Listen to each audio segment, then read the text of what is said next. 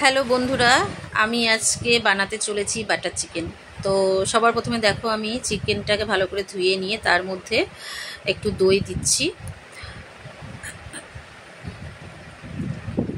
তারপর এখানে আছে ধনে গুঁড়ো, জিরে গুঁড়ো, লঙ্কার গুঁড়ো, হলুদ গুঁড়ো, নুন, গরম মশলা। তো সব মশলাগুলি আমি এখন এর মধ্যে দিয়ে দেবো।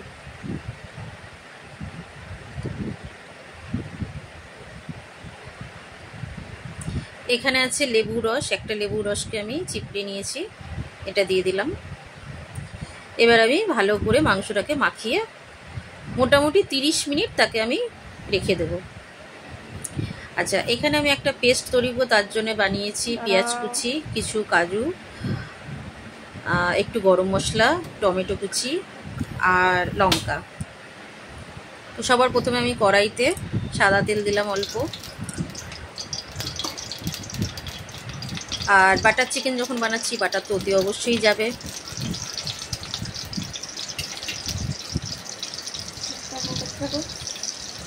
তো তারপর আমি একটু গরম হয়ে গেলেই তার মধ্যে আমি এক এক করে ছেড়ে দেবো। এবার গরম মশলাটা দিয়ে দিলাম প্রথমে, গোটা গরম মশলা।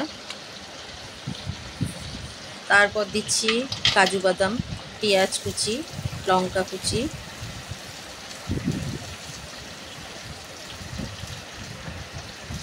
একটু হালকা নাড়িয়ে নেব।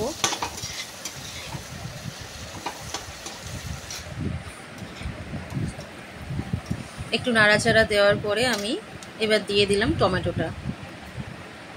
এখানে আমি 3টে বড় টমেটো কেটে রেখেছি পেস্ট করার জন্যে।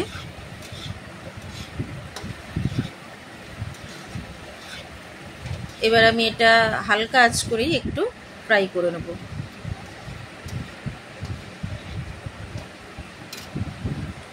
তারপর এখানে আমি একটু কাশ্মীরি লঙ্কা দিয়ে দেবো কালারটা আনার জন্যে।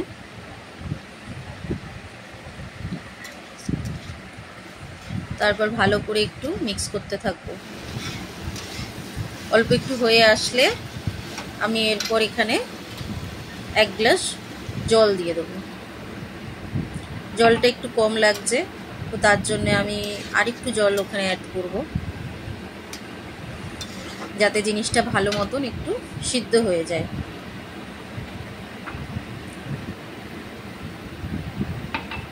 এবার আমি এটাকে ভালো করে একটু নাড়িয়ে 10 মিনিটের জন্য ঢাকা দিয়ে দেবো। 10 মিনিট পর আমি ঢাকাটা খুলে দেখলাম কিছুটা একটু সিদ্ধ হয়ে এসছে। তো জলটা আরেকটু শুকাবে।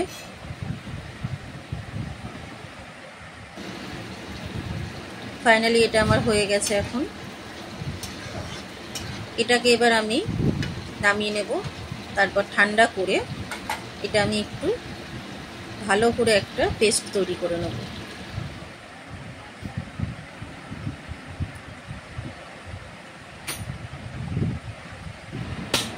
আবার কড়াইটা আমি বসিয়ে দিয়েছি। এবার আমি আবার একটু সাদা তেল দিয়ে দেবো। তার মধ্যে ওই যে বললাম বাটার চিকেন, তো একটু বাটার যাবেই।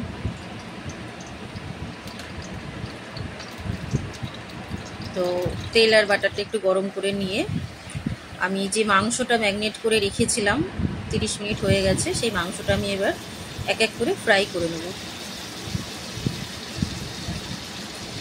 গ্যাসের আঁচটা এবার আমি একটু বাড়িয়ে দেবো।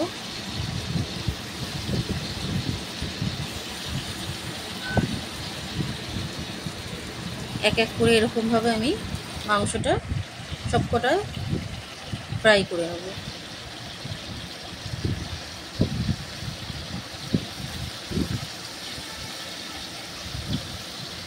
একটু উল্টিয়ে পাল্টিয়ে ভালো করে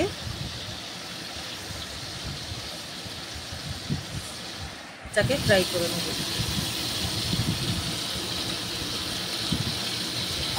এইভাবেই আমি প্রত্যেকটা চিকেন পিস ভেজে তুলে নেব এক এক করে।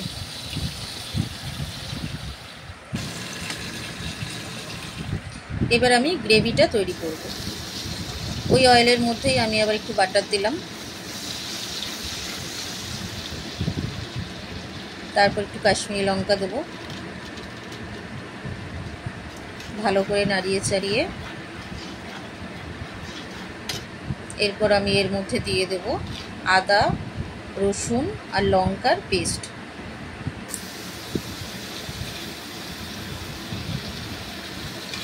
এখানে আমি আমার চিকেন অনুযায়ী পেস্টটা দিয়েছি, আপনাদেরও চিকেন যতটা থাকবে সেই অনুযায়ী আদা রসুনের পেস্টটা দেবেন।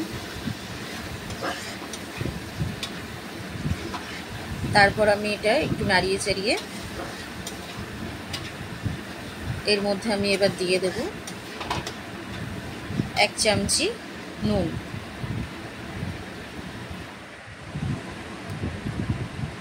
নুনটা আমি বুঝেই দেব, কেন মাংস যখন আমি ফ্রাই করেছিলাম তখন ওর মধ্যে নুন ছিল। তারপর দিলাম হলুদ, আবার একটু ভালো করে নাড়িয়ে চাড়িয়ে নিলাম তাকে। তারপর যে আমি পেস্ট বানিয়ে রেখেছিলাম টমেটো, পেঁয়াজ আর কাজু, সেই পেস্টটা দিয়ে দেব।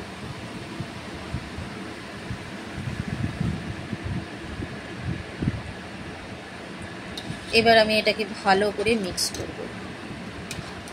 বেশ কিছুক্ষণ ধরে এটা আমার এখন হবে।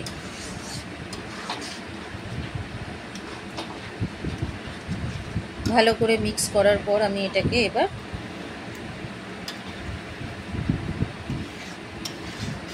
ঢেকে দেব।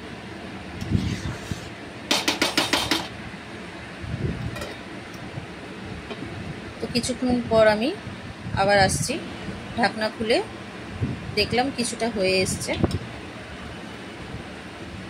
এবার আমি এর মধ্যে এক এক করে যে মাংসটা আমি ফ্রাই করে রেখেছিলাম সেই মাংসটা আমি এক এক করে দিয়ে দেব।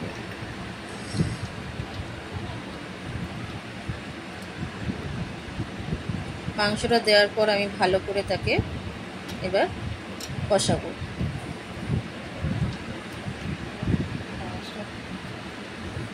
সব মাংসগুলো আমি দিয়ে দিলাম, দিয়ে ভালো করে এবার আমি তাকে কিছুক্ষণ হালকা আঁচ করে কষাবো।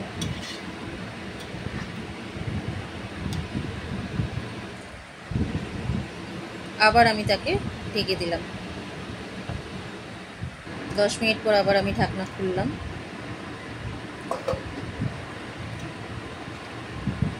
খুলে আমি তাকে ভালো করে আবার একটু নাড়িয়ে চাড়িয়ে নিচ্ছি। এবার এর মধ্যে আমি এক এক করে একটু চিনি দেব। চিনিটা আপনারা দিতেও পারেন, নাও দিতে পারেন। তারপরে আমি একটু গরম মশলা দেব। এরপর আমি এখানে দিচ্ছি কস্তুরি মেথি।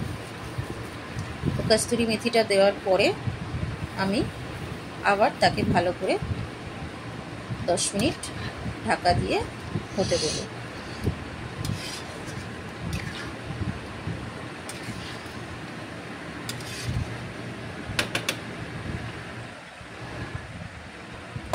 তো দেখুন 10 মিনিট পর আমি আবার এসেছি। মাংসের ওপরে তেলটা ছেড়ে দিয়েছে।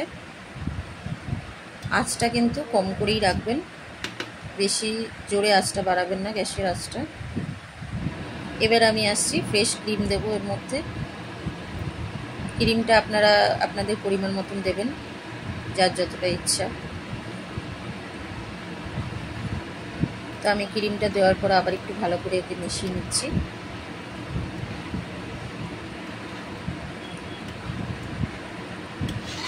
মিশিয়ে নেওয়ার পরে আমি তাকে আবার একটু ঢেকে দিলাম।